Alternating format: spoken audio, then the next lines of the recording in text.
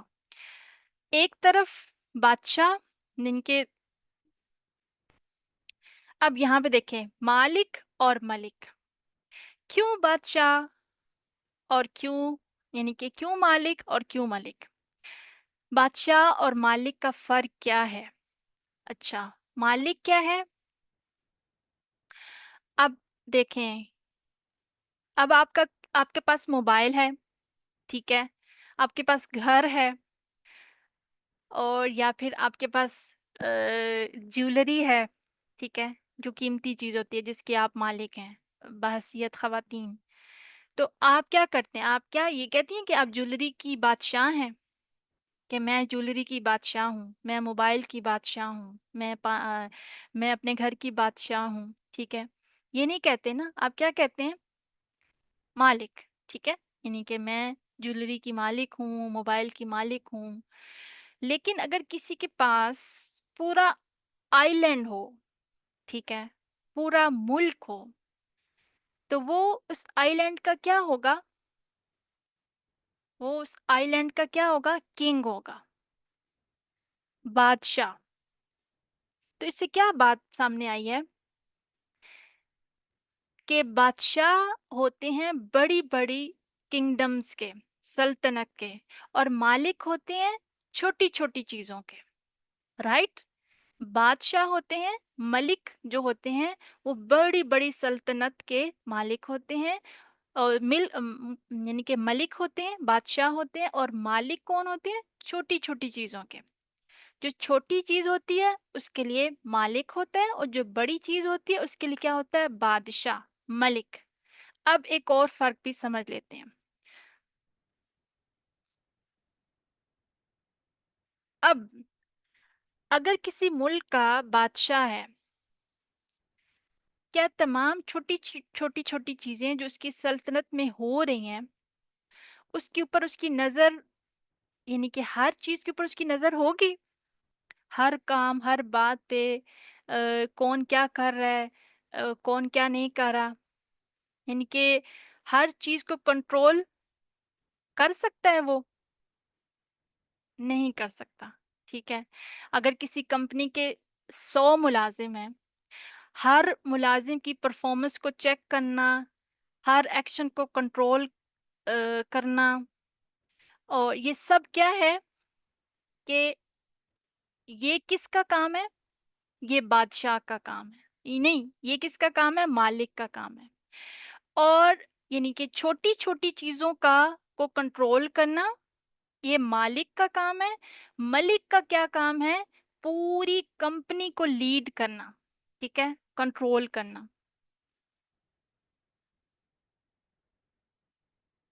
ایک سیکنڈ۔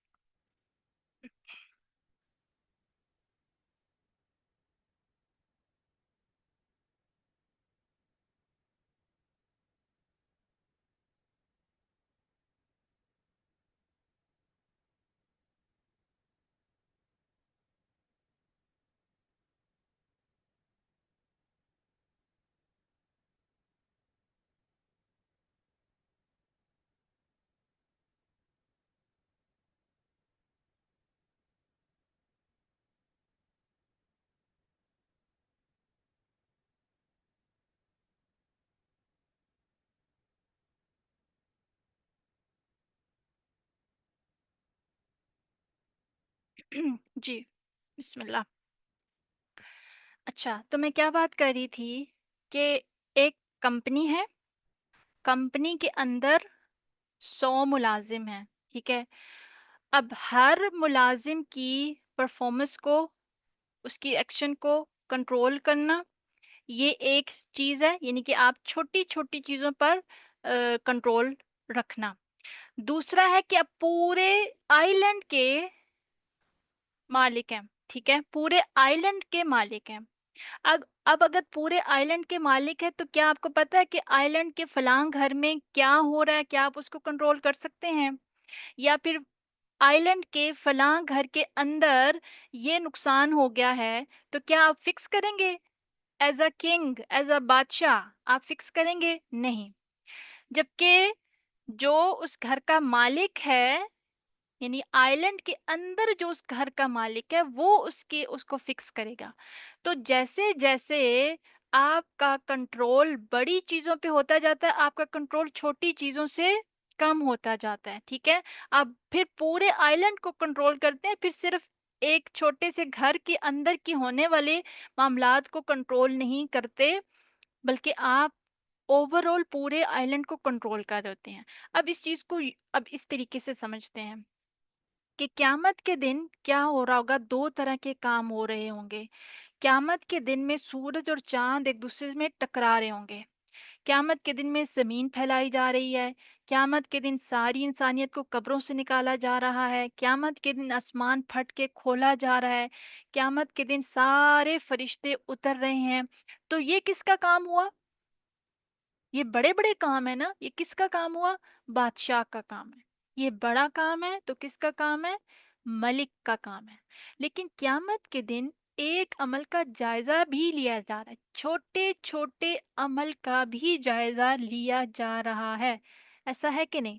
لا یغادر صغیرۃ ولا کبیرۃ الا احصاها، قیامت کے دن نہ کوئی چھوٹی چیز چھوڑی جائے گی، نہ کوئی بڑی چیز، لیکن اس کو شمار کیا جائے گا۔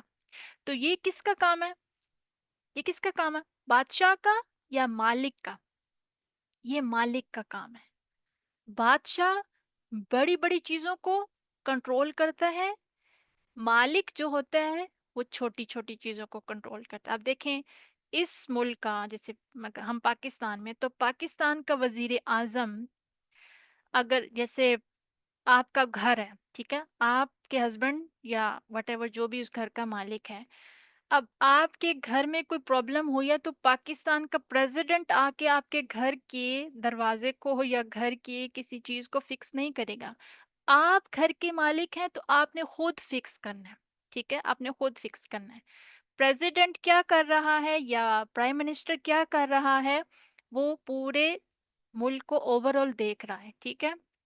اسی طریقے سے قیامت کے دن، اس کو ہم دیکھیں نا، قیامت کے دن اللہ سبحانہ، کیونکہ اتنا کچھ ہو رہا ہوگا، یعنی ہر چیز ہی اپنی جگہ سے ہلی ہوئی ہوگی، تو جو بڑی بڑی ہیپننگز ہو رہی ہوں گی نا، ان کو کنٹرول کون کر رہا ہوگا؟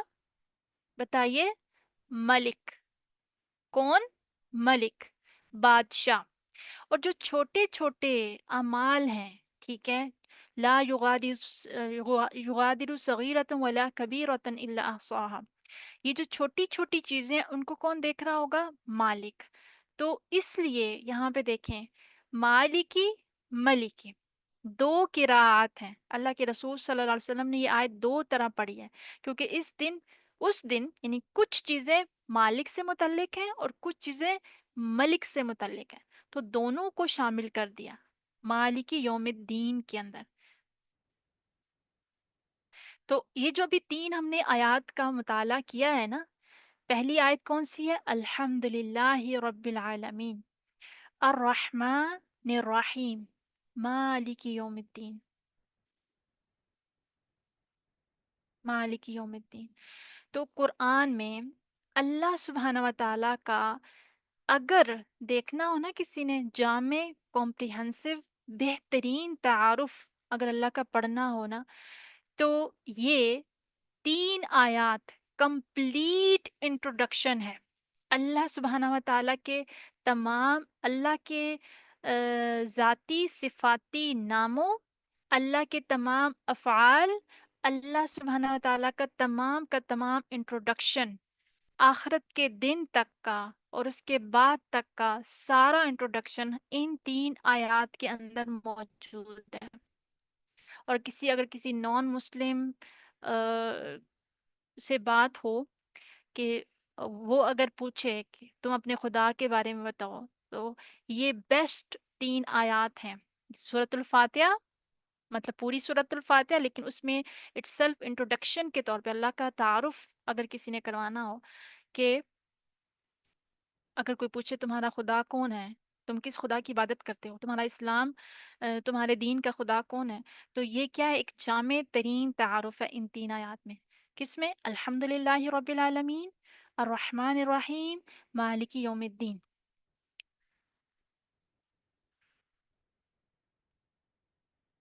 تو پہلی چیز کیا ہے اس میں؟ پہلی چیز کہ اگر ہم کسی کو انٹروڈکشن کروا رہے ہیں، ایون اپنے آپ کو بھی انٹروڈکشن کروا رہے ہیں، تو پہلی چیز جس میں میں نے اور آپ نے جاننا ہے کیا، کہ میں چاہتی ہوں کہ آپ جانیں کہ وہ سب سے پہلے کس چیز کا مستحق ہے؟ حمد کا مستحق ہے، اور اس کا نام کیا ہے؟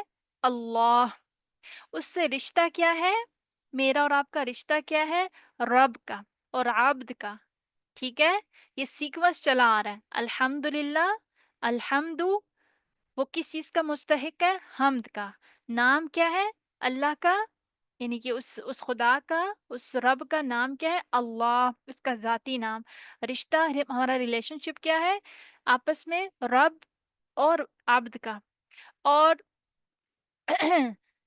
صرف میرا اور آپ کا ہی نہیں بلکہ تمام انسانیت کا ازل سے ابد تک عالمین کا رشتہ ہے اس کے ساتھ، رب کا، رب اور عبد کا، یعنی آدم علیہ السلام سے لے کر قیامت تک کے آخری انسان تک آنے جس نے آنا ہے، ان سب کا رشتہ رب کے ساتھ کیا ہے؟ رب اور عبد کا۔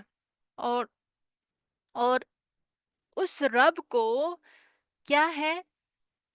مجھ سے اور آپ سے شدید محبت ہے، جس کا اندازہ میں اور آپ کر ہی نہیں سکتے۔ اور اس کا انٹروڈکشن کس میں کروایا؟ الرحمن الرحیم میں۔ اور یہ بھی میرے اور آپ کے ہاتھ میں دے دیا کہ اگر تم چاہتے ہو نا کہ الرحمن جو تمہارے لیے اس دنیا میں مہربان ہے، تم اس کو انٹرنل بھی کر سکتے ہو، اس محبت کو، اس رحمت کو اپنے لیے ہمیشہ کے لیے بھی حاصل کر سکتے ہو۔ کس کے تھرو؟ الرحیم کے تھرو، یعنی اس کی اس کے اسلام کے جھنڈے تلے آ کے، اس کے دین میں داخل ہو کے، اس کی شریعت کو فالو کر کے، اپنے دن رات سنوار کے اس کی حکموں کے مطابق، تو تم کیا کر سکتے ہو؟ اس کی رحمت کو انٹرنل کر سکتے ہو، انفینٹ کر سکتے ہو، یعنی آفٹر یور ڈیتھ، قیامت کے دن، کیونکہ الرحمن کا تعلق دنیا تک ہے، اور دنیا کے بعد، دنیا کے خاتمے کے بعد پھر یہ سب کچھ جو ابھی اللہ سبحانہ تعالیٰ پہنچا رہے ہیں، سب کو فیڈ کر رہے ہیں، سب کو کے اوپر اپنی رحمت کر رہے ہیں، یہ پھر اس دن نہیں ہوگا، بلکہ رحیم کی جو صفت ہے نا، وہ کس کے لیے باقی رہے گی؟ مومنوں کے لیے۔ تو اگر میں اور آپ اس محبت کا فائدہ اٹھانا چاہتے ہیں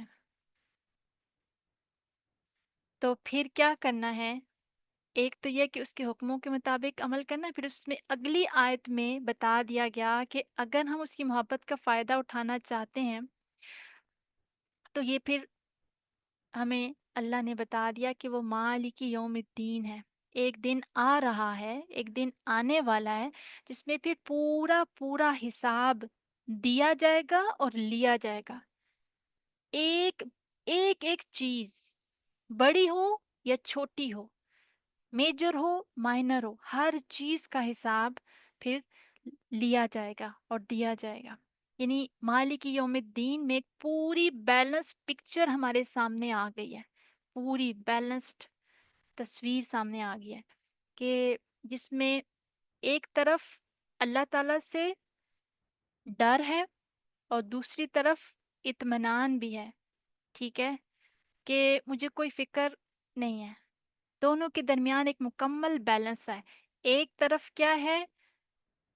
وہ کیا ہے؟ الحمد للہ رب العالمین، درمیان میں الرحمن الرحیم، اور پھر مالک یوم الدین، کہ اگر ایک طرف کمپلیٹ کیئر ہے، ڈیوائن کیئر ہے، ٹھیک ہے، تو دوسری طرف پھر مالک یوم الدین بھی ہے، ٹھیک ہے، مالک یوم الدین بھی ہے۔ رب جو ہے نا، جو الرحمن ہے، ٹھیک ہے، رب جو ہے وہ ہمیں کیا کر دیتا ہے؟ کمپلیٹ ریلائنس سکھا رہا ہے، ٹھیک ہے، کمپلیٹ ریلائنس، کہ اوکے اللہ سبحانہ و تعالیٰ رب ہے، دیٹ مین کہ وہ کیا ہے؟ وہ مالک ہے، سید ہے، منعم ہے، مربی ہے، وہ القیم ہے، اور ایک آیت چھوڑ کے مالک یوم الدین بھی ہے۔ تو الرحمن الرحیم ان دونوں کو بیلنس کر رہا ہے، ٹھیک ہے، کہ اگر انفینٹ مرسی چاہیے، ٹھیک ہے، تو مایوس ہونے کی ضرورت نہیں ہے۔ مالک یوم الدین کا تذکرہ پڑھ کے کیا کرنا ہے؟ کہ کیا کرو کہ پھر الرحیم کی مرسی پانے کے لیے پھر کیا کرو؟